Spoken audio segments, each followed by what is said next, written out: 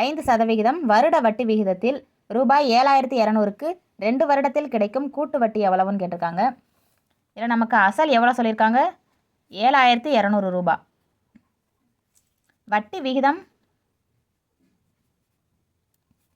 5%, காலம் 2 வருஷம். நமக்கு இந்த கூட்டு வட்டி கணக்கில் காலம் வந்து 1 வருஷம், 2 வருஷம், 3 வருஷம் இந்த மாதிரி கேட்டாலே நம்ம ஒரு ஃபார்முலா ஞாபகம் வச்சுக்கிட்டா போதும். கூட்டு வட்டிக்கான ஃபார்முலா P பெருக்கல் 1 + r/100 இந்த ஃபார்முலா ஞாபகம் வச்சுக்கிட்டாலே போதும். இப்போ நம்ம கண்டுபிடிக்க போகிறது தொகை தான்.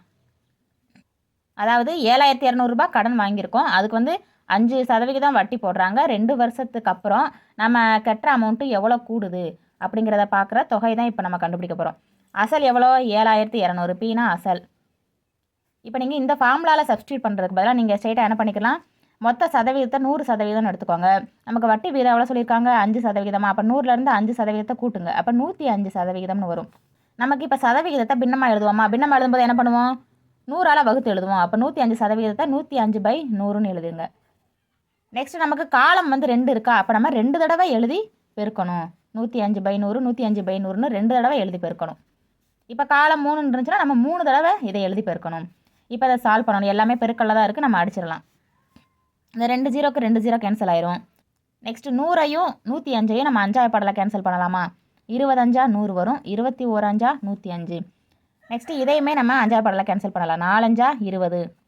அதே 21 5 105. இப்போ 4ஐயும் 72ஐயும் நம்ம 4ஆவது பாடலை கேன்சல் பண்ணலாமா? 1 நாங்க 4. இப்போ 7 எடுத்துக்கிட்டிங்கன்னா 7ல் எத்தனை நாள் இருக்குது? 1 நாள் தான் இருக்குது. 2 நாங்கன்னா 8ன்னு போயிடும். அப்போ 1 நாளாக 4. எக்ஸ்ட்ரா 3 இருக்கா? அந்த 3 இந்த 2க்கு முன்னாடி சேர்த்துட்டா 32. அப்போ என்னாங்க 32. இல்லைனா உங்களுக்கு 18 நாங்க 72ன்னு தெரிஞ்சால் நீங்கள் ஸ்ட்ரெயிட்டாக அப்படியே போட்டுடலாம். இப்போ நமக்கு இந்த ஃபார்மேட்டில் செஞ்சால் மல்டிப்ளிகேஷன் பண்ணுற வேலை தான் நமக்கு கொஞ்சம் அதிகமாக இருக்கும். நீங்கள் அடிக்கடி பண்ணால் அதுவுமே ப்ராக்டிஸ் ஆயிரும். சீக்கிரம் பண்ணிடலாம். இப்போ 21 பெருக்கல் 21 பெருக்கல் 18 இந்த 3 நம்பரை நம்ம இப்போ பெருக்க போகிறோம். 21 21 ஃபஸ்ட்டு பெருக்கிக்கோங்க. ஓரண்டா 1 ஓரண்டா 2. நெக்ஸ்ட்டு ஓரண்டா 2 ஈரண்டா 4. அப்போ 1 2 2 கூட்டினா 4 4 441. அடுத்து இந்த 441ஓட இந்த 18 பெருக்கணுமா? அப்போ ஓரட்டா 8. என்னாங்க 32க்கு 2 மிச்சம் 3. என்னாங்க 32 32 3 35. 8 வச்சு எல்லாத்தையும் பெருக்கிட்டோமா? அடுத்து 1 வச்சு ஓரண்ணா 1 ஒரு நாங்க 4 ஒரு நாங்க 4 கூட்டினா 8 3 9 7. அப்போ இதை 3ஐயும் பெருக்கும்போது நமக்கு 7938 வருது. அதாவது இது வந்து தொகை மட்டும்தான். நமக்கு கணக்கில் என்ன கேட்டிருக்காங்க? கூட்டு வட்டி எவ்வளோன்னு கேட்டிருக்காங்க. இது வந்து நமக்கு 7200 கடன் வாங்கிட்டு 2 வருஷத்துக்கு அப்புறம் 5% வட்டி போட்டால் எவ்வளோ தொகை நமக்கு எக்ஸ்ட்ரா ஆகுது அப்படிங்கிற தொகை. இதுக்கு இடையில அப்போ நம்ம வட்டி மட்டும் எவ்வளோ, கூட்டு வட்டி எவ்வளோ செலுத்திருக்கோம் அப்படிங்கிற கூட்டு வட்டியை இப்போ கண்டுபிடிக்கணும். கூட்டு வட்டினா காம்பவுண்ட் இன்ட்ரெஸ்ட் CI. என்ன பண்ணணும்? இந்த மொத்த தொகை இருக்குது பார்த்தீங்களா?